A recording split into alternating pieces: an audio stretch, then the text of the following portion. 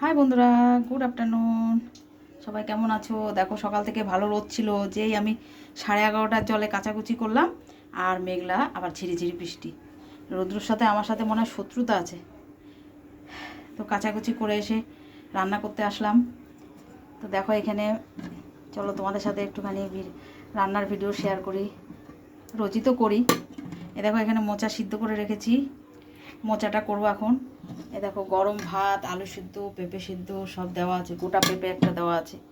আর এখানে দেখো মোচার মশলা নিয়েছি, টমেটো, এখানে আদা জিরে লঙ্কা। আর দেখো কালকে পাতা বাটাটা আজকে আবার একটুখানি ভেজে রাখলাম।